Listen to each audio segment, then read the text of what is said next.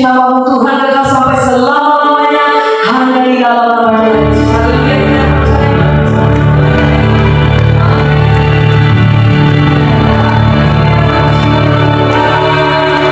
Haleluya. Sama-sama mari kita pagi ini kita mulai lagi bersama-sama memuji nama Tuhan. Boleh tidak salah, sama di sana di depan lagi itu. Kita tadi boleh ketemu belum sama-sama.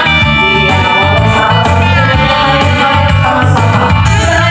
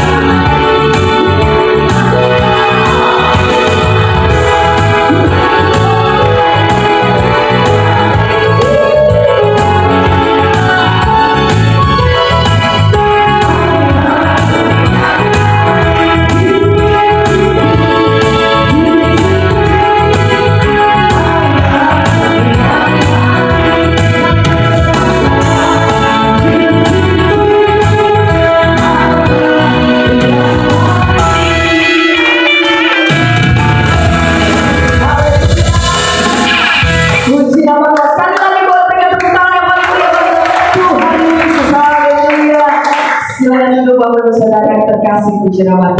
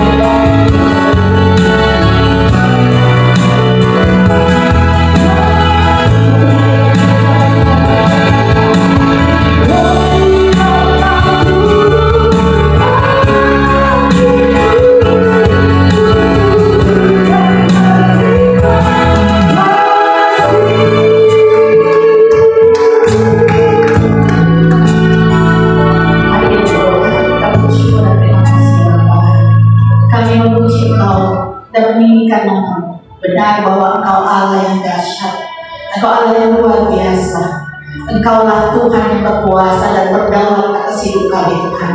Asal kami mengandalkan Engkau, kuasa-Mu itu Tuhan terbukti berada di dalam kehidupan kami setiap saat Tuhan.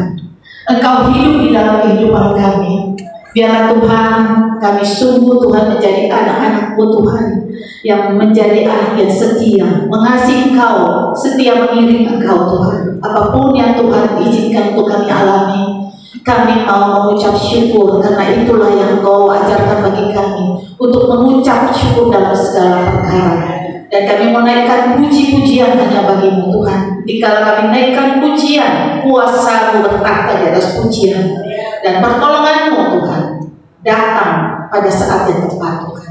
Terima kasih Tuhan untuk kehadiran kami di tempat ini. Kami boleh sama-sama Tuhan bersekutu, kami boleh sama-sama merenungkan firman-Mu, kami boleh sama-sama memuji nama-Mu yang agung. Tuhan, urapi setiap kami, kuduskan kami Tuhan. Biarlah Tuhan firman yang akan ditabur pada saat ini Tuhan, untuk Engkau urapi Tuhan. Engkau Tuhan yang akan berkata-kata melalui hamba-Mu, kuduskan kami Tuhan. Biarlah segala ketidakkudusan kami Tuhan, Engkau basuh kami dengan darah-Mu yang kudus, sehingga Engkau Tuhan melayakkan kami untuk menjadi juru bicara-Mu Tuhan. Urapi setiap telinga kami yang mendengarkan, baik kami yang menyampaikan maupun yang mendengarkan, kami boleh sama-sama menerima berkat-Mu Tuhan. Terima kasih Tuhan, kami siap Tuhan untuk dengar firman-Mu di di dalam nama Tuhan Yesus Kristus. Haleluya. Amin. Silakan duduk. Terima kasih untuk Ibu Hedi dan juga Ibu Purwanti, biasa kita pakai Cialenya. Terima kasih untuk kesaksian luar biasa. Itu menyaksikan bahwa Tuhan kita, Tuhan yang luar biasa, Allah yang berkuasa. Tidak ada yang mustahil baginya untuk dia lakukan. Asal kita mau mengandalkan dia, maka dia akan bertindak untuk kita, ya. Jadi jangan takut menghadapi apapun. Kita semua masih sama-sama belajar untuk hidup di dalam firman Tuhan. Walaupun akal pikiran kita, logika kita sering mengganggu kita, ya.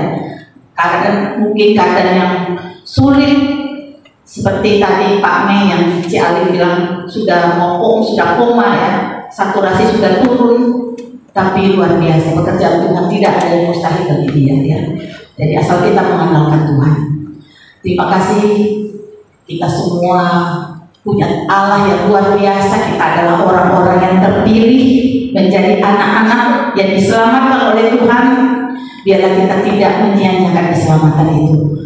Hari ini kita akan belajar dengan judul anak-anak gampang, ya. Apakah kita semua ini anak-anak gampang? Atau ibu-ibu ada yang mau jadi anak-anak gampang? Ada nggak yang mau jadi anak-anak gampang di sini? Tahu anak gampang apa? Anak yang tidak diperduli, anak yang berbuat semau-maunya, sebebas-bebasnya, apa yang dia pengen dia berbuat. Itu anak-anak gampang. Tapi kita sebagai orang kepunyaan Tuhan, kita ada firman Tuhan, ada rambu-rambu yang Tuhan sudah siapkan bagi kita untuk kita jalani, ya. Kita bukan anak-anak gampang. Makanya kalau anak-anak gampang biasanya dibiarkan. Kalau kita semua ini banyak, saya kira semua sudah pernah punya anak ya, orang tua, ya. Kita jadi orang tua. Anak kita mau anaknya pasti anak yang baik, anak yang disiplin, anak yang tangguh gitu. Ya, kita mengajari mereka dari kecil sampai besar, ya. Kalau dulu mungkin dari kita banyak orang tua yang susah, dari kecil itu susah. Jadi kita apa-apa kerjain sendiri, ya, harus berusaha sendiri. Jadinya kita agak tangguh. Tapi setelah kita sudah orang tua, sudah berhasil jadi orang yang berada, anak-anaknya dimanjain, anak-anaknya disekolahin sekolah yang bagus, internasional, pakai kantong mobil, tidak dibiarkan jalan kaki, tidak dibiarkan dia susah, karena kita sudah punya pengalaman bahwa kita susah itu kita nggak mau anak kita susah. Apakah itu tindakan kita benar? Tapi nyatanya begitu kan yang kita lakukan. Saya pun begitu. Kalau anak sendiri agak sulit sedikit, kasihan. Bahkan ada PR yang dari sekolah susah dia lakukan, orang tuanya turun tangan. Orang tua yang turun tangan dulu. Saya pun begitu, ya. Yang belum anak masih punya anak pertama, ya. Kalau punya PR disuruh prakarya misalnya, nggak bisa ngerjain, ya kita yang di rumah malam-malam tengah malam ngumpulin ini, kerjain. Kita kerjain supaya anaknya bisa dapat nilai bagus. Kita nggak mau anak kita nilainya rendah, malu kan? Anaknya kalau di bawah yang ranking 40 bisa dia nomor 40 kan malu. Anaknya punya moral dirinya juga sudah jadi orang rendah diri nanti. Jadi saya berusaha dulu kalau anak saya mau ulangan, bukan dia santai, anak saya kan santai. Kalau dia mah santai. Orang tuanya belajar, saya belajar coba. Saya kerja waktu itu, saya masih kerja, tapi saya punya teman juga sama-sama satu kelas, ya. Jadi kita berdua ini, wah anaknya malas belajar. Kalau anaknya dia lebih rajin belajar, kalau anak saya mah malas belajar. Jadi saya belajar PPKN. Tuh saya bikin soal. Jadi kan kerja. Jadi kalau ulangan bahasa Indonesia ataupun matematika kita bagi tugas kan satu sama kan di satu kelas. Jadi dia bikin soal. Misalnya matematika saya bikin soal PPKN. Saya belajar dulu setiap pertanyaan, saya bikin pertanyaan, saya ketik di komputer. tukar. Dia kasih saya soalnya, saya kasih dia soalnya, sama-sama belajar. Anaknya tinggal belajar itu malam, jadi supaya besok ujian mereka bisa. Itu dulu, padahal sebenarnya itu tindakan kita salah. Biarin kalau anaknya nggak lulus, biarin aja. Cuma kan harus mengulang 1 tahun. Kita juga orang tua rugi bayar uang sekolah, ya mahal ya. Jadi kita harus pintar-pintar juga. Sebenarnya anak biarin dia mau gagal, mau jatuh, biarin. Malah anak sekarang kita daripada orang tua ngajar sendiri, dikit-dikit emosi, rambut dijambak. Dulu anak saya dicubit, rambut dijambak, akhirnya masukin les. Les itu dari pulang sekolah. Jadi dari pulang sekolah ini les, langsung les. PR semua kerjain di les, belajar semua di les. Jadi orang tua sudah tidak berinteraksi sama anaknya lagi, supaya emosi nggak timbul. Nanti anaknya sakit hati kan, jadi les, kasihan anaknya juga stres. Les sampai malam, biasa setengah 12 malam. Jadi guru lesnya itu kalau anaknya nggak bisa hafal nggak boleh pulang. Iya dulu gitu. Jadi orang tuanya senang, oh besok pokoknya sudah beres, pulang dia sudah beres, sudah siap pulang besok. Tapi itu sebenarnya juga anak stres. Dulu anak saya semua les begitu. Tapi yang paling kecil Oliver tuh malah saya nggak lesin apa-apa. Akhirnya dia berusaha nilainya lebih bagus daripada dulu, banyak les. Nilainya lebih bagus daripada dulu les. Dia karena terpaksa. Kalau sekarang dia kesadaran sendiri. Itu anak memang mesti dikasih motivasi, mesti dimotivasi. Kamu bisa, kamu bisa, kamu bisa. Dulu anak saya yang kecil tuh males orangnya. Aduh, kalau nyatat tuh paling terlambat di sekolah, paling terlambat. Orang sudah pulang semua dia masih nyatat. Aduh, sampai saya khawatir kan ini anak bisa ngikutin nggak sih? Setelah saya pindahin sekolah ke sini, dia nggak les lagi. Tapi sekolah ini saya bilang ini bagus, dia ada psikolog ya, dia ada psikolog di sekolah disediain. Jadi anak kalau misalnya nilainya jelek, dia ada ngomong, kamu masalahnya apa, kamu bisa kok, kamu gini di dimotivasi, dikasih penghargaan, kamu bisa, kamu sebenarnya bisa lebih tinggi, kamu lebih pintar, tapi kamu belum berusaha. Akhirnya anaknya bisa kok, benar bisa, dia lebih bagus jadinya. Nilai-nilai IGCSE yang itu ujian tingkat nasional, jadinya nilainya bagus semua, A plus lagi. Saya bilang, wah luar biasa. Memang anak perlu ada psikolog ya. Kita harus jadi ya, orang tua harus ikut ilmu parenting juga. Bagaimana memotivasi anak supaya anaknya itu mau berusaha ya. Nah, Tuhan pun demikian ya. Tuhan juga mau kita semua ini jadi orang-orang yang berhasil, bukan jadi anak gampang. Ya, kita lihat Tuhan juga mendidik kita ini supaya kita bisa menjadi orang-orang yang kuat, ya, orang-orang yang jangan dikit-dikit mewah, dikit-dikit stres, ya. Makanya setiap kali kalau dikasih kesenangan terus, kadang-kadang kita bablas, lupa Tuhan, lupa berdoa, sibuk, akhirnya lupa berdoa, tidak bergantung sama Tuhan. Kadang-kadang Tuhan kasih sentil kuping kita diputar gitu, dicubit, ya, dikasih kesulitan-kesulitan kecil, ya. Kadang-kadang mungkin di dalam kesehatan kita ada sakit, atau ada pergumulan kita dalam ekonomi. Ya, kadang-kadang Tuhan kasih kita begitu. Tapi itu yang Tuhan, sebenarnya Tuhan bukan mau membuat kita susah, tapi mau membuat kita menjadi orang-orang yang cakap, orang-orang yang bisa mengatasi, orang-orang yang bisa mandiri itu. Tuhan sudah kasih firman-Nya, Tuhan sudah kasih janji-janjinya, cuma belum kita pakai. Kuasa yang ada di dalam firman-Nya itu belum kita pakai di dalam kehidupan kita, sehingga kuasa itu belum kita buktikan di dalam kehidupan sehari-hari kita, ya. Tapi itu Tuhan itu seperti orang tua bagi kita. Jadi tidak ada alasan bagi kita untuk menggerutu, tidak ada alasan kita untuk mengabaikan.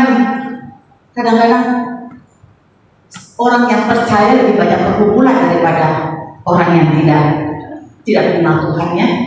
Pasti orang dulu yang yang belum bertobat, tiba-tiba dia sudah bertobat. Bukannya tambah baik hidupnya, malah turun. Ya, turun. Orang bilang, ya, kenapa gue percaya sama Tuhan malah bukannya tambah bagus. Dulu ya, waktu pertama kali kita mau percaya Tuhan dan mau bersungguh-sungguh sama Tuhan, setiap doa kita pasti dikabulkan Tuhan. Seperti anak kecil ya. Saya dulu bisa berdoa, saya pernah berdoa. Saya kehilangan barang, terus saya berdoa, Tuhan, saya mau buktikan bahwa benar kamu, Tuhan, sanggup mendengarkan doa saya. Benar, Tuhan menyatakan dirinya luar biasa. Itu instan. Tapi kalau sekarang kita jadi orang percaya, coba berdoa 1 tahun, 2 tahun, 3 tahun, tidak dicocok Tuhan. Ya, tapi jangan pernah menyerah untuk berdoa terus. Itu yang perlu kita tanamkan dari diri kita. Ya, kita sama-sama belajar untuk tetap tekun, tetap setia.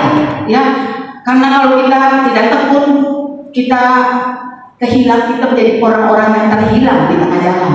Ya, jadi kalau orang tua mendidik kita keras, kita jangan mengeluh. Anak pun begitu. Saya ini hasil didikan orang tua saya yang keras ya. Papa saya ini kan dari Cungpo ya, datang di sini. Kalau namanya anak kecil itu tidak mengerti. Dulu saya masih bingung. Mama saya kan orang lokal, orang Toraja ya. Papa saya Chinese dari sana. Saya dulu kecil, kok ada tahun barunya papa, ada tahun barunya mama. Saya bingung dulu, masih kecil kan belum tahu apa-apa. Tapi papa saya itu mungkin dia dididik keras oleh orang tuanya, makanya dia pun mendidik kita tuh keras banget. Keras. Kadang-kadang menghukum anak tanpa alasan. Kalau kita mau menghukum anak, seharusnya kasih tahu kesalahannya apa. Tadi kamu lakukan ini tidak boleh begini ya. Dihukum kamu tidak boleh begini. Malah saya dipukulin dulu, tidak dikasih tahu kesalahannya apa. Coba bayangin. Papa saya dulu paling tidak boleh tidur siang. Tidak boleh. Kalau orang dulu, kamu anaknya ayo siang-siang tidur, harus tidur. Kalau papa saya tidak boleh tidur siang. Pulang sekolah siang, masuk ke pabrik dulu. Papa saya di pabrik ini, jadi banyak karyawan. Kita harus ikut kerja. Kalau waktu les harus pergi les. Dipukulin kalau nggak pergi les. Les Mandarin dulu saya disuruh, masih kecil disuruh pergi les. Pulang les harus bantu lagi. Coba nggak ada istirahat kan, ngantuk. Jadi saya diam-diam tidur begitu tidur, tiba-tiba ada, aduh pantatnya kok sakit. Dipukulin pakai kemoceng. Gara-gara apa? Tidur siang. Coba. Karena saking capeknya. Dipukul sana. Apa salah saya? Sakit banget. Kita lagi mimpi enak-enak, tiba-tiba pantatnya sakit. Coba. Ya itu papa saya bilang. Tapi saya sekarang baru mengerti. Dia mungkin mendapatkan didikan buat dari orang tuanya begitu. Kalau dulu saya sudah di dalam Tuhan, sudah mengerti, mungkin kita bisa memberikan kasih kepada dia supaya dia ngerti bahwa dia bukan orang percaya. Mama saya sudah Kristen, benar mama sudah Kristen, tapi tiap kali ada pendeta datang ke rumah nginjilin, udah pulang aja katanya. Saya udah tahu lah, itu agama kayak orang pakai baju, dia bilang gitu. Nggak usah kasih tahu saya, udah. Papa saya ngusir pendetanya. Papa saya gitu, dia orangnya keras. Bikin kesalahan dikit, pukul, dikit kan. Jadi saya tuh ketakutan. Saya kalau misalnya sama pembantu, ada kan yang bantu di rumah. Biasanya berantem sama pembantunya lapor, udah malam saya dikejar. Ketakutan luar biasa, saya pasti dipukulin di malamnya. Saya bisa ngumpet ke pabrik tuh, masuk ke peti, seharian di dalam peti, ngumpet. Karena ketakutan, saking takutnya dipukul dulu. Benar-benar papa saya itu luar biasa. Tapi sekarang baru saya mengerti, oh ternyata dia juga hidupnya begitu. Jadi apa yang kita sudah semua sebagai orang-orang yang tahu firman, kita sudah tahu ya, walaupun mungkin masa lalu kita tidak seperti yang bagus-bagus, kita harus ikuti firman. Kasih itu luar biasa, ya. Kasih itu menutupi segala kesalahan, menutupi segala luka-luka hati, ya. Luar biasa itu kasih, ya. Jadi kadang-kadang kita ini kalau kita dihukum, kalau kita mengalami kesulitan, kita jangan pernah mempertanyakan kenapa Tuhan saya harus begini. Kita tahu bahwa setiap kali apa yang kita alami kesusahan apapun itu sebenarnya ajaran dari Tuhan, ajaran dari Tuhan untuk supaya Dia membuat kita menjadi lebih baik, ya. Kalau orang tua menegur kita, mengutuk kita, berarti orang tua mengasihi kita, ya. Nah, kita lihat ini, kita akan baca di dalam Ibrani 12 ayat 5 sampai 8. Mari sama-sama kita baca. Ibrani 12 ayat 5 sampai 8. Kita sama-sama baca. Dan mana tadi? Ya. Dan sama-sama 1 2 3. Dan sudah lupakah kamu akan nasihat yang berbicara kepada kamu seperti kepada anak-anak? Hai anakku, janganlah anggap enteng didikan Tuhan, dan janganlah putus asa apabila engkau memperingatkannya, karena Tuhan menghajar orang yang dikasihnya, dan Ia menyesah orang yang diakuinya sebagai anak. Jika kamu harus menanggung ganjaran, Allah memperlakukan kamu seperti anak. Di manakah terdapat anak yang tidak dihajar oleh ayahnya? Tetapi jika kamu bebas dari ganjaran yang harus diderita setiap orang, maka kamu bukanlah anak, tetapi anak-anak gampang. Karena Tuhan mengakui kita sebagai anak kandungnya sendiri. Makanya kadang-kadang kita disesah, kadang-kadang kita harus menderita untuk membuat kita menjadi lebih baik, ya. Mari kita kupas ayat ini, apa sih yang menjadi poin di dalam ayat ini, ya. Di dalam ayat Ibrani 12 ayat 5 sampai 8. Yang jelas bahwa yang pertama kita disebut anak Allah. Kita disebut anak Allah. Kenapa tulisannya kok gak hitam ya? Kabur. Oh, padahal tulisan saya mungkin. Ya. Yang pertama adalah kita disebut anak Allah. Kita baca di ayat 7 dan 8.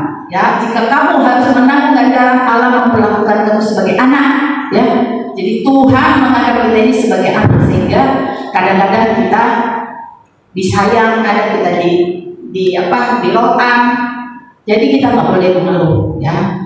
Yang kedua adalah didikan Tuhan merupakan jaminan kasih dan perhatian Allah kepada kita sebagai anak, ya. Jadi didikan Tuhan karena Dia mengasihi kita, makanya Dia mendidik kita, ya. Jadi jangan pernah kita mengeluh. Yang ketiga adalah didikan Tuhan mendorong kita untuk bertahan dalam kesukaran. Kita tidak akan mudah putus asa, dan kita akan tetap setia mengikuti dan mentaati Tuhan, ya. Jadi itu ya, didikan Tuhan itu selalu mendorong kita untuk kita menjadi orang-orang yang tangguh, orang-orang yang cakap. Kalau ada masalah kita sudah bisa tangani sendiri, nggak usah dipikir tangan Tuhan. Dari gimana nih Tuhan? Saya bagaimana? Ya, minta persetujuan Tuhan. Tetap berdoa, cuman jangan dikit-dikit kita mewek, dikit-dikit kita mengasihani diri sendiri, ya. Nah, yang keempat adalah hajaran. Kadang-kadang kalau Tuhan menghajar kita, Tuhan itu mengasihi kita, Dia punya maksud. Maksudnya apa sih? Yang pertama adalah sebagai perjuangan rohani untuk melawan iblis. Kita baca di Efesus 6 ayat 11 sampai 18. Efesus 6 ayat 11 sampai 18. Mari kita baca. Ya. Kenakanlah seluruh perlengkapan senjata Allah supaya kamu dapat bertahan melawan tipu muslihat iblis. Karena perjuangan kita bukanlah melawan darah dan daging, tetapi melawan pemerintah-pemerintah, melawan penguasa-penguasa, melawan penghulu-penghulu dunia yang gelap ini, melawan roh jahat di udara.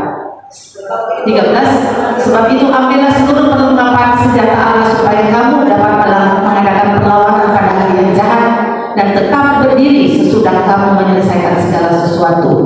14, jadi berdirilah tegak, berikat pinggangkan kebenaran, berbaju zirahkan keadilan.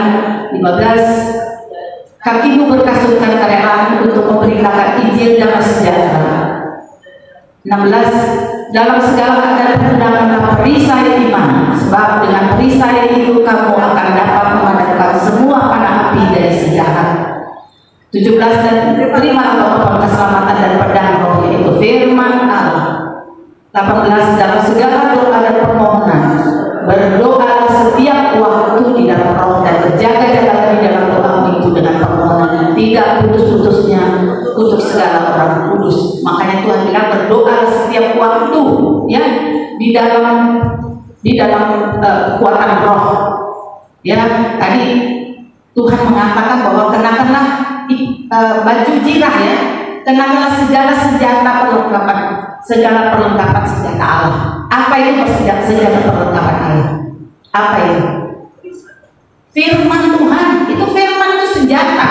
Kalau kita mengalami sakit, perkatakan firman itu, Tuhan saya sembuh, bilur-bilurmu menyembuhkanku. Itu firman, itu senjata Allah.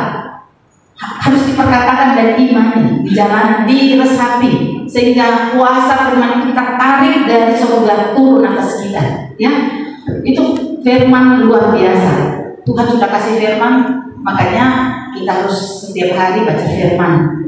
Ya, dan juga yang berikutnya, tujuan Tuhan menghajar kita apa? Sebagai ujian untuk memperkuat iman kita. Sebagai ujian untuk memperkuat iman kita. 1 Petrus 1 ayat 6 sampai 7. 1 Petrus 1 ayat 6 sampai 7. Kenapa Tuhan selalu memberikan ujian-ujian bagi kita? Ya, supaya kita menjadi orang-orang yang punya iman yang murni, ya. Kemarin Elia Myron selalu mengatakan sebagai orang-orang percaya kita harus siap untuk menderita. Jangan cuma enak aja, karena dalam penderitaan itu kemurnian iman kita diuji. Ya, karena Tuhan katakan apa di dalam 1 Petrus 6 sampai 7. Bergembiralah akan hal itu, sekalipun sekarang ini kamu seketika harus berduka cita oleh berbagai-bagai percobaan. Maksud semuanya itu ialah untuk membuktikan kemurnian imanmu yang jauh lebih tinggi nilainya daripada emas yang fana, yang diuji kemurniannya dengan api, sehingga kamu memperoleh puji-pujian dan kemuliaan dan kehormatan pada hari Yesus Kristus menyatakan dirinya. Tuhan mengatakan kemurnian imanmu itu jauh lebih tinggi daripada emas yang fana. Ya, jadi kalau kita mau punya iman yang murni, harus diapain? Dibakar dulu. Dibakar dengan apa? Penderitaan, dengan ujian. Kalau kita tidak pernah diuji, bagaimana tahu bahwa iman kita itu sungguh-sungguh iman yang murni? Ya, jadi Tuhan mau kita punya iman yang murni supaya kita bisa berkenan di hadapan Tuhan pada saat Tuhan datang kedua kali. Kita siap menjadi pengantin yang disambut oleh Tuhan. Ya, kita harus siap menjadi wanita-wanita yang bijak supaya kita menjadi sempurna. Ya, yang berikutnya adalah kenapa hajaran dari Tuhan itu dimaksudkan sebagai persiapan untuk menguatkan saudara seiman kita ketika mereka mengalami hal yang sama. Seperti ada kesaksian, mungkin ada yang mengalami hal yang sama. Jadi kalau misalnya kita mengalami kesakitan, gak usah, maksudnya jangan harus bagaimana, nyanyi aja, puji-pujian aja. Mungkin di dalam hati, saya pun waktu operasi mata kemarin itu, wah, katanya orang operasi udah sakit, tapi saya merasakan sakit karena sudah berdoa, sudah menyerahkan segala. Saya juga enteng banyak kesaksian dari teman-teman saya, udah sakit, apalagi kakak cici saya bilang, itu salah operasi kecil, obat katarak kecil, kata jadi dulu aja nggak usah tidur aja sudah operasi, katanya. Saya malah merasa saya tenang kan, ternyata saya rasanya sakit. Coba saya sudah berdoa tapi merasakan sakit. Orang lain yang tidak berdoa tapi tidak rasa sakit. Saya sudah berdoa tapi merasakan sakit. Ya saya lakukan semua puji-pujian Tuhan, semua saya tidak bisa ngomong, cuman dalam hati ngomong, nyanyi terus. Wah, saya pun waktu pernah juga punya pengalaman. Saya nyetir dari ke Mangga 2 ya. Tahu kan di Mangga 2 macetnya luar biasa. Saya sendiri waktu itu nyetir mau pulang, mau keluar dari tempat parkir itu udah macetnya minta lampu. Saya sakit perut. Aduh, ini perutnya sudah ngamuk nih mau bagaimana? Saya nyetir sendiri lagi. Gimana nih? Aduh Tuhan, keluar keringat dingin. Saya cuma bisa nyanyi. Saya nyanyi seperti orang gila, tepuk tangan sendiri. Nah, tidak dalam nama Yesus. Supaya sakit perutnya nggak sampai kakinya sikat, jempolnya ikat karet. Ikat karet katanya supaya nggak sakit perut. Coba itu setengah jam saya harus menahan sakit. Aduh, ada segala pujian itu dari A sampai Z sudah nyanyiin. Itu luar biasa, tapi akhirnya bisa lewat loh. Kalau enggak aku ditampol. Benar-benar itu satu siksaan yang luar biasa. Ya. Jadi kita kembali kepada pembahasan kita. Kalau Tuhan mendidik kita, dia pasti punya tujuannya. Jadi tadi kita sebagai orang-orang yang mau dipakai Tuhan untuk menguatkan saudara-saudara seiman kita yang mengalami hal yang sama ya. Jadi berdasarkan ayat itu di atas, kita lihat betapa pentingnya didikan yang diberikan oleh Tuhan itu kepada kita sebagai orang percaya, untuk kita tetap setia dan mengandalkan Tuhan di setiap langkah kehidupan kita. Nah, kalau Allah yang begitu mengasihi kita memberikan kita ujian yang sangat berguna, bagaimana kita sebagai orang tua terhadap anak-anak kita? Ya, apakah kita memberikan disiplin? Pasti dong ya, kita berikan disiplin kepada anak-anak kita. Tapi disiplin kita berikan kepada anak kita pun harus lakukan. Jadi harus menjadi panutan yang baik bagi anak-anak kita ya. Jadi di dalam keluarga itu selain disiplin kehidupan sehari-hari, kamu tidak boleh pagi harus bertanggung jawab beresin tempat tidurmu, gini itu yang sehari-hari. Tapi yang utama apa? Firman Tuhan kita ajarkan di dalam untuk anak-anak kita. Harta yang paling berharga yang bisa kita wariskan kepada anak apa? Iman kita. Firman itu harus kita ajarkan kepada anak kita berulang-ulang. Apa kata Tuhan di dalam Ulangan 6 ayat 7 sampai 9 ya. Ulangan 6 ayat 7 sampai 9. Ayo kita baca sama-sama. Haruslah engkau mengajarkannya berulang-ulang kepada anakmu dan membicarakannya apabila engkau duduk di rumahmu, apabila engkau sedang dalam perjalanan, apabila engkau berbaring, apabila engkau bangun. 8. Haruslah juga engkau mengikatkannya sebagai tanda pada tanganmu, dan haruslah itu menjadi lambang pada dahimu, dan haruslah engkau menuliskannya pada tiang pintu rumahmu dan pada pintu gerbangmu. Ayat 9 habis ya. Ini 8 sampai 9. Ya, oke. Ya, jadi firman Tuhan itu harus diajarkan. Kata firman Tuhan harus diajarkan berulang-ulang kepada anak. Harus supaya itu nempel. Anak kalau lihat orang tua ngajarin firman, kata firman Tuhan begini, tapi kita nggak lakukan. Kita memberikan contohnya, anak kita nonton orang tuanya apa yang orang tuanya lakukan, anak-anak nonton semua. Jadi apa yang orang tua lakukan, biasa anak pun melakukan hal yang sama. Kalau bapaknya sering mukulin istrinya, mukulin mamanya, nanti besar ya mukulin istrinya juga. Pasti berulang gitu. Jadi marilah kita sebagai orang tua yang bijaksana, kita memberikan contoh panutan yang baik ya. Itu warisan, tidak perlu kita berikan warisan harta, satu ruko untuk anak ini, satu ruko untuk anak itu, satu rumah di sana untuk anak ini. Yang perlu kita ajarkan supaya mereka bisa hidup. Kita maunya anak-anak itu di dalam kehidupan mereka setelah orang tua sudah nggak ada, dia bisa berdiri sendiri, bisa menjadi berkat, malah menjadi berkat bagi orang lain, bisa bertanggung jawab terhadap diri sendiri, bisa memperlakukan orang lain baik, ya. Kalau kita memperlakukan pembantu kita baik, anak-anak juga nonton. Oh, orang tuanya begini, saya berarti orang pembantu sama anak kita tuh sama, setara kita nggak usah membeda-bedakan kasta mereka. Oh, si orang tua pembantu kamu bahkan berasnya yang jelek, nah, ini sama aja semua. Saya pun membeli beras, saya makan pembantu, malah mereka makan lebih banyak. Kalau kita kan kurangin nasi, jadi makannya dikit. Oh, pembantu saya makannya banyak, berasnya bagus.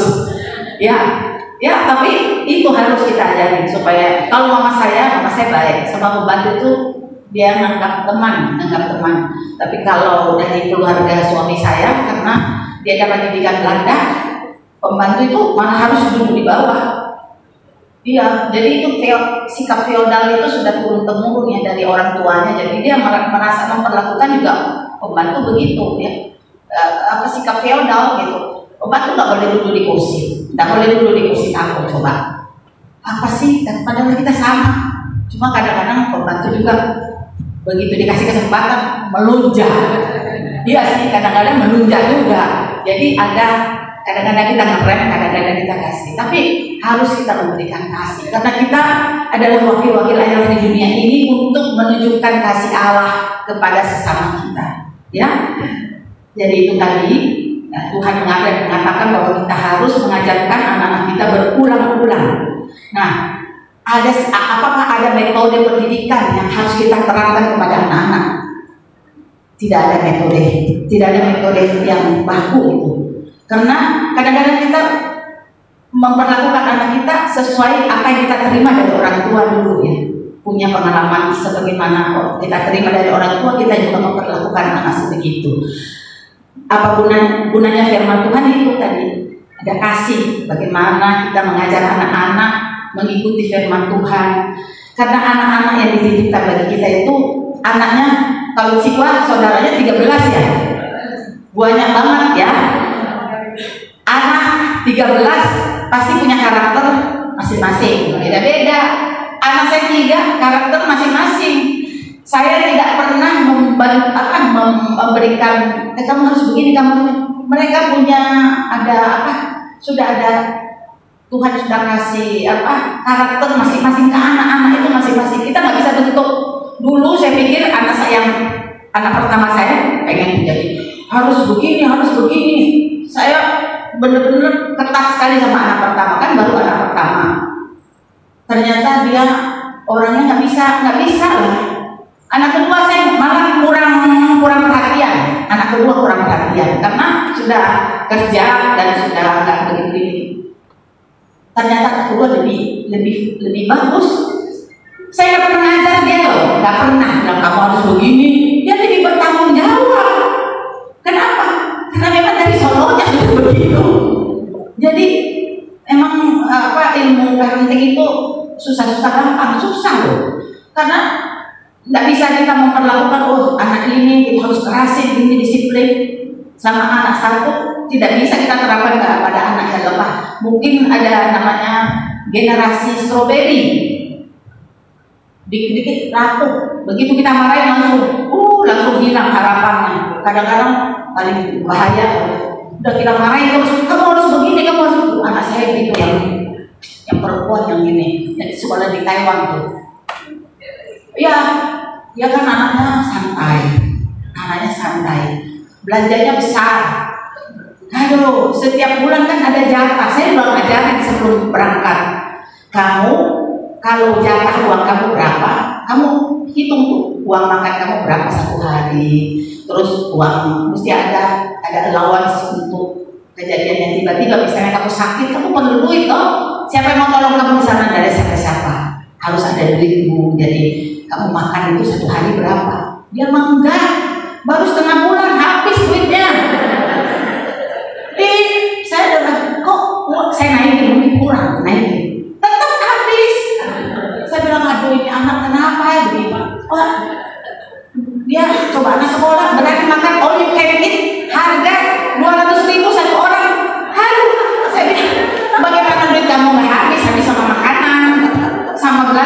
vending machine, dikit-dikit beli apa? Naicha, itu minum tea, minum. Aduh, saya bilang itu kan mahal, udah kamu anak asrama, minum air putih aja.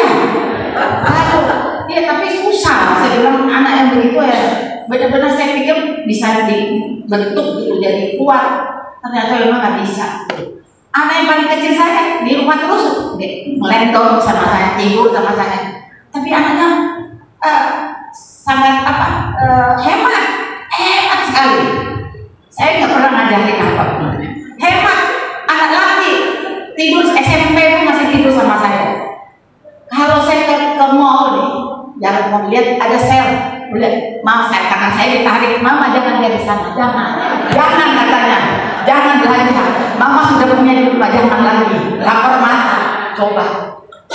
Aneh kan, saya bilang anak beda-beda sih, saya bilang nggak bisa disamain. Anak kedua sangat bertanggung jawab tuh. Dulu ada tukang di rumah kakak saya kan di rumah saya kerja waktu itu, ada tukang di rumah kerja. Dia kerjain kamar mandi, terus dari anak kamu ini hebat tuh, masih kecil baru 5 tahun. Dia sudah, kalau orang tua nggak ada, dia sudah kayak pengganti orang tua. Dia lihat tukang, dia nggak mau tinggalin tukangnya. Ada orang asing di rumah kan, saya nggak pernah ngajarin. Dia bilang, kok anak kamu suruh dia tinggal? Dia nggak tahu tanggung jawab kalau orang tua nggak ada, dia sebagai pengganti orang tua, mengawasi orang kerja. Dia ngawasi itu saya sampai anaknya beda-beda ya. Yang satu cuek, peduli, yang satu memang beda. Padahal saya nggak pernah memperlakukan mereka atau mengajar mereka, membentuk mereka, nggak pernah. Anak-anak itu dari sononya memang begitu. Jadi anak-anak itu sangat unik. Tuhan sudah menciptakan kita sebagaimana kita adanya. Kita pun harus bersyukur dan mengajar anak. Jangan misalnya ini satu kurang pintar, satu pintar. Saya dulu juga salah. Saya juga salah. Kamu bisa tutup kamar, kenapa kamu nggak bisa? Kenapa kamu nggak bisa gitu loh? Kamu bisa belajar. Orang bisa, kamu harus bisa. Saya suka begitu. Jangan membanding-bandingkan anak satu dengan anak lain, apalagi dengan saudaranya. Anaknya bisa kok, kenapa kamu nggak bisa? Kamu tuh, aduh, jangan apalagi bilang bodoh, aduh jangan sekali-kali. Dan itu kita belajar sekarang. Saya baru juga, dulu saya mau drive karena orang lain bisa, kenapa kamu nggak bisa? Harus bisa. Padahal memang anak punya passion beda-beda ya. Kadang ada anak yang tidak diajarin apa-apa, pintar matematika, pintar ini ilmu eksak, pintar biologi, pintar fisika. Ada anak nggak suka itu, maunya musik, maunya olahraga. Padahal yang dihargai di sekolah, yang senang matematika, jago. Padahal mereka itu setara sebenarnya. Cuma kerja otak kiri dengan otak kanan yang mana yang lebih kuat tergantung dari sononya. Tuhan ciptakan kita bagaimana. Kalau otak kanan kita yang kuat, berarti kita pintar musik. Main piano itu nggak gampang loh. Main piano coba. Ini tangan kiri, tangan kanan kita perhatiin tangan kiri, tangan kiri lupa. Coba harus punya bakat. Jadi ini bisa seimbang. Kaki main, tangan ini 3. Ya kan, nggak gampang. Tapi kalau orang eksak nggak bisa. Orang-orang yang punya jiwa seni itu bisa. Dia punya hati lebih peka. Jadi kita harus juga mengerti ilmu parenting, bagaimana anak-anak yang Tuhan berikan bagi kita ya. Jadi kita harus memperlakukan bagaimana terhadap anak satu, terhadap anak kedua, anak ketiga, supaya mereka menjadi orang-orang yang maksimal gitu. Dia punya talenta itu dipakai maksimal. Jangan karena mereka juga nggak ngerti, mereka datang ke dunia ini kosong. Jadi kalau nggak ada orang yang membimbing mereka, hanya mereka tidak maksimal dalam semua apa yang ada yang Tuhan berikan talenta pada dirinya. Kadang-kadang talenta itu dipakai cuma dari 100 cuma 10% dari itu, karena tidak digunakan dengan baik. Kalau kita bisa menemukan bakat dari anak, kita bisa mengenali bahwa anak ini jurusannya kemana, itu anak bisa lebih bagus. Kalau talenta yang Tuhan berikan 100, ya pakailah 90%. jadi expert. Jangan jadi orang setengah-setengah, punya talenta tapi tidak bisa dipakai karena orang tuanya mengarahkan dia ke tempat lain. Ya, kita harus mengenali itu. Jadi perlu juga kita baca ilmu parenting. Bagaimana kita memperlakukan anak-anak kita supaya anak-anak kita tuh jadi anak yang cemerlang, yang cakap, yang luar biasa, yang Tuhan yang bisa dia pakai, talenta yang Tuhan berikan itu bisa dipakai maksimal, optimal gitu, supaya dia jadi orang-orang yang cemerlang juga di dalam masyarakat. Kalau enggak ya dia di bawah terus. Kadang kita tidak mengerti karena kita tidak tahu. Makanya kita perlu belajar terus banyak kok di internet yang parenting itu bisa baca ya, supaya anak-anak menjadi anak-anak yang cakap. Nah, yang berikutnya tadi saya mengatakan bahwa tidak ada metode yang pasti ya untuk mengajar anak-anak.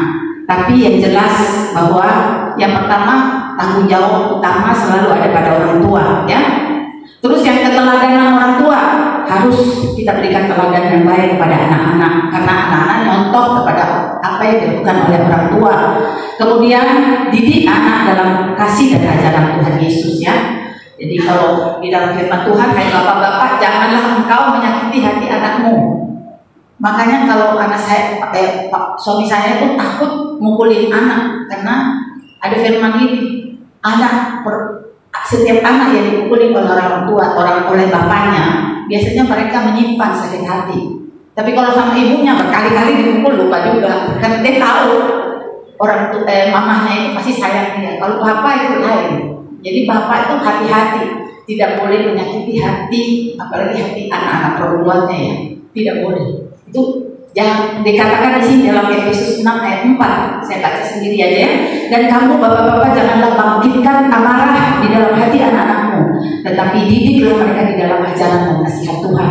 Ya, Tuhan sudah mengatakan bapak itu harus hati-hati mengajarkan, harus memperlakukan anaknya dengan jangan terlalu keras, jangan menyinggung dia punya perasaan, ya, karena mereka menyimpan di dalam hati.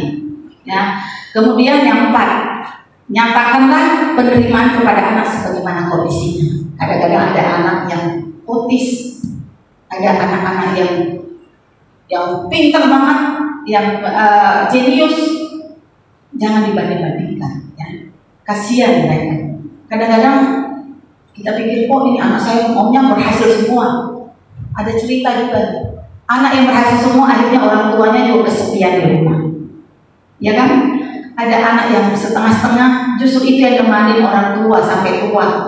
Ada cerita kan, baca di TikTok, yang baca di apa? Di WA. Ada punya anak 3, 2 yang di luar negeri hebat-hebat, karirnya hebat. Yang 1 yang paling kecil itu anaknya rada-rada bukan bodoh ya, tapi kurang gitu. Kurang.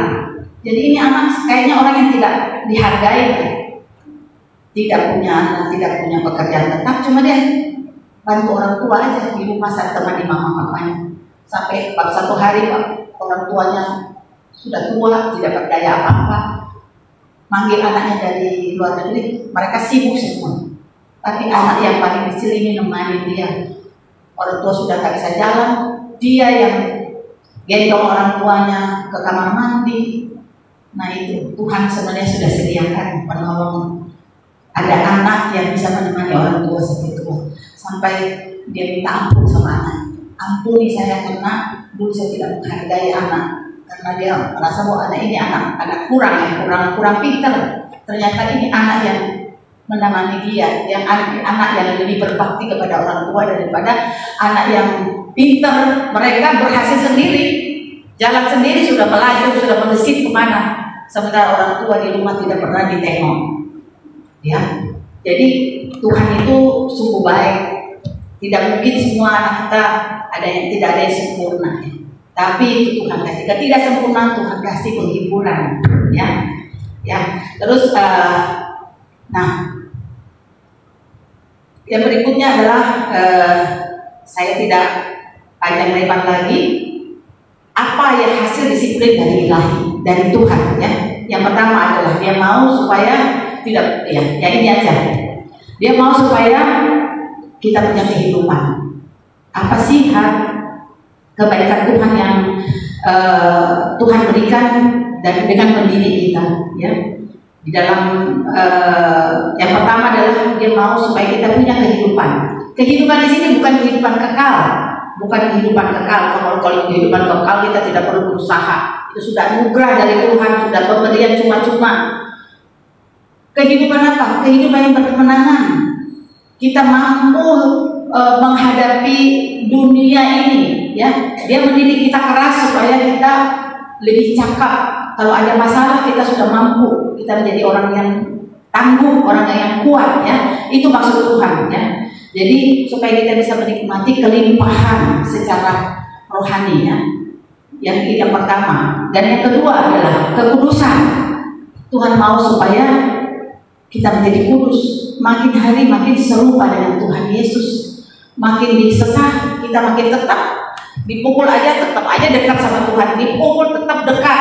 Dipukul lagi tetap melekat sama Tuhan. Itu akhirnya kita jadi sama serupa dengan Tuhan. Ya, kita mau menempel sama Tuhan. Akhirnya kalau kita sering bergaul sama Tuhan, kita menjadi serupa dengan Tuhan. Apa yang Tuhan ingin kita lakukan dalam hidup. Karena Tuhan sudah memberikan panutan selama dia hidup di dunia ini. Kita sudah tahu, ya, kalau orang tanpa pipi kiri kasih pipi kanan, orang minta bajumu kasih jubahmu. Tahu kan begitu? Itu yang Tuhan mau. Apakah kita lakukan itu? Kalau kita belum lakukan, mari kita sama-sama belajar. Mari kita sama-sama belajar melakukan. Walaupun memang berat, tapi kalau Tuhan yang sudah memberikan firman-Nya harus kita lakukan. Kita belajar terus, jatuh, bangkit lagi, belajar lagi.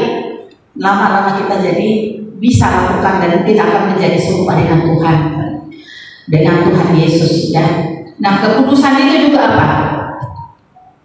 Supaya iman kita dipuji di situ, ya. Iman kita dipuji supaya karakter-karakter yang lama kita ini dibuang, karakter baru diberikan, karakter kita dibentuk. Yang berikutnya adalah kesombongan kita ditaklukkan, motivasi kita dimurnikan, tujuan hidup kita dibelokkan kepada tujuan hidup seturut dengan kehendak Tuhan. Itu yang Tuhan maksudkan, supaya kita makin hari makin kudus, ya. Kita bisa lihat ada beberapa contoh di Alkitab, dikasih penderitaan bukannya tambah jatuh tapi tambah melesat naik. Seperti apa Ayub dalam penderitaan yang hebat, dia tidak pernah mengeluh, tapi dia tetap setia kepada Tuhan. Dia mengatakan masa kita mau menerima yang baik saja sama Tuhan, yang tidak baik nggak mau terima. Itu dia tidak pernah menutupi Tuhan, ya. Jadi itu yang kedua adalah Paulus, dan duri dalam daging tapi tetap dia setia kepada Tuhan. Bahkan Tuhan pakai dia luar biasa, ya. Kita pun harus seperti itu. Kemudian yang ketiga adalah dia berikan kita kedamaian. Kedamaian ini apa? Sukacita, ya, sukacita. Di dalam Efesus 12 ayat 11 dikatakan, memang tiap-tiap ganjaran pada waktu yang diberikan tidak mendatangkan sukacita tetapi duka cita. Tapi kemudian ia menghasilkan buah kebenaran yang memberikan damai kepada mereka yang dilatih olehnya. Siapa saja yang berada di dalam kebenaran pasti mengalami sukacita, ya. Bukan pada saat kita di penderitaan, pada saat kita mengalami penderitaan kita langsung bersukacita, enggak. Bukan pada saat itu. Tentunya kita menangis, mengeluh, Tuhan, kenapa saya begini, kenapa saya begini, kenapa saya begitu, kenapa harus saya, kok bukan di sini ini, kenapa harus saya yang sakit, kenapa bukan si itu, ya. Jadi bukan sukacita pada saat kita menghadapi ganjaran dari Tuhan, tapi setelah itu, setelah kita melewati itu, sukacita dari surga itu tutup, karena Allah adalah sumber sukacita kita. Ya, Allah adalah sumber sukacita yang melampaui segala akal, yang melampaui segala hal, ya. Sukacita dari Tuhan adalah sukacita yang luar biasa. Jadi hari ini kita sudah membahas bagaimana supaya kita jangan menjadi anak-anak yang gampang, ya. Anak-anak gampang apa? anaknya tidak peduli, dia bisa berbuat seenaknya. Akhirnya apa? Kebinasaan yang menanti dia. Kita tidak mau anak-anak kita begitu pun, Tuhan tidak mau kita binasa. Sehingga dia memberikan kita, kadang-kadang memberikan kita penderitaan, tapi tidak selamanya dia membuat kita di bawah terus. Pasti satu hari dia akan angkat kita. Ya, saya kira kita belajar pada hari ini, tetaplah tekun mengikuti Tuhan, setia, dan terus iman kita makin dibentuk oleh Tuhan, karakter kita makin dibentuk, dan motivasi kita makin dibelokkan kepada jalan Tuhan. Ya, mari kita berdoa. Kami bersyukur dan terima kasih Tuhan, kami sudah belajar firman-Mu. Biarlah setiap firman-Mu yang kami dengar tidak berlalu sia-sia, tapi itu tinggal dalam hidup kami. Tuhan berikan kami hikmat, Tuhan, untuk kami boleh hidup lebih bijaksana lagi menjalani hidup kami, karena kami tahu